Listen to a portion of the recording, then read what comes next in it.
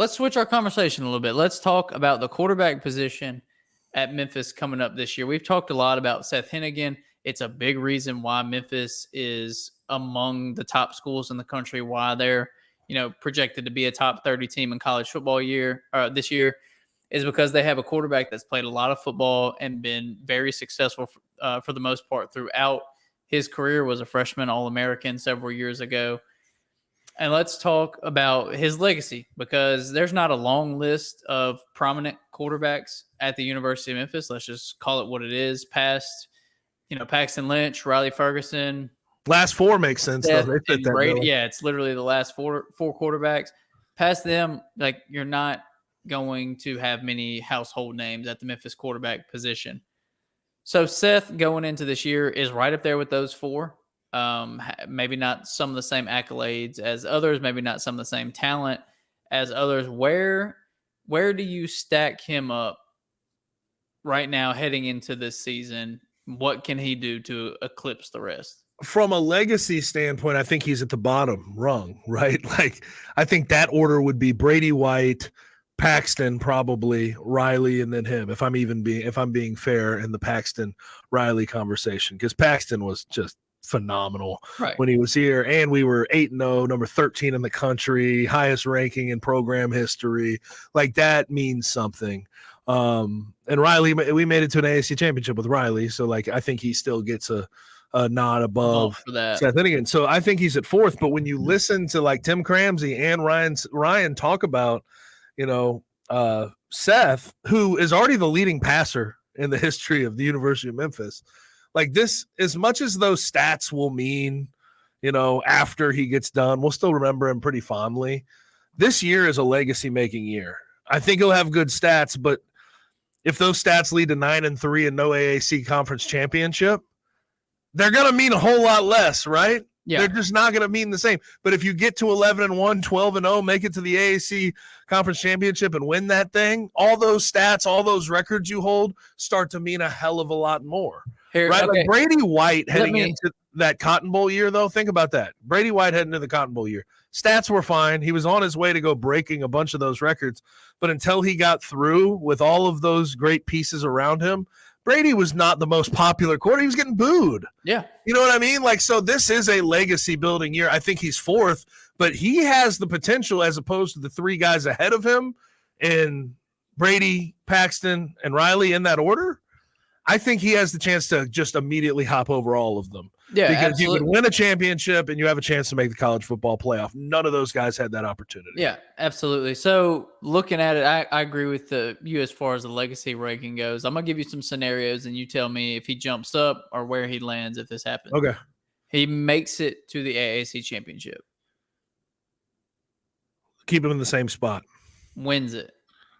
Hop him above Paxton second. Put him in second. Okay. Wins it, but is not the team that goes to the conference or to the college football playoff, wins whatever bowl game they're in. Keep him in second, right behind Brady. Keep him in second. So the only way for him to get to one in your mind is to I think you have to go ahead and win that AAC conference championship, hop into that college football playoff. Yep. Be that representative. Now, I guess there is that scenario, one of the really good bowl games outside of the college football playoff. You get into that bowl game and win it, maybe, but we're going to have to see what bowl game that is. Yeah, I think the only way to surpass Brady would be you'd have to win. You'd have to win the conference championship, and you'd have to win that bowl game, whatever it is. Hopefully, it'd be against a quality opponent. I think that's the only way outside of making it to the actual college football playoff. Yeah, and I do think when we talk about a talent perspective, I think right now it's Paxton, Riley, Seth, and no offense to Brady. Brady was a plenty talented quarterback, but he's fourth. I think some people just view that differently because of the legacy talk. Yeah, but, I agree. But I think even Seth this year, if he has a really good year, I think he could hop above Riley on that totem pole. Even if he really shows out, has a really good year, keeps the interceptions down, wins 11 games, I think he could hop even above Riley on that totem pole. That list.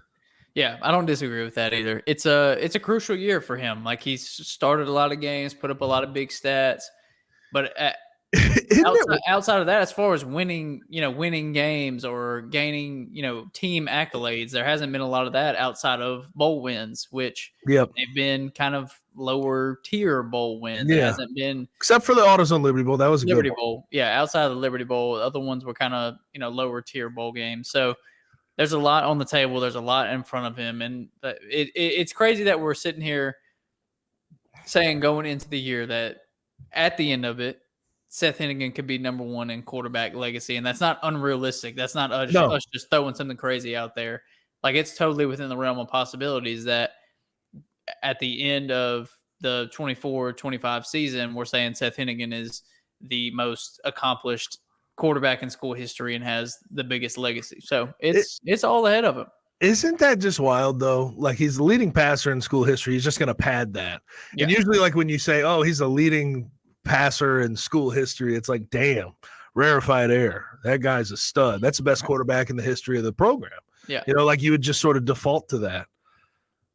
But those stats are just going to look so much differently if they go 9-3 and miss out on an AAC championship. You're That's right. just the truth absolutely. of it. You view that through a lens of, like, damn, what could have been and not what was.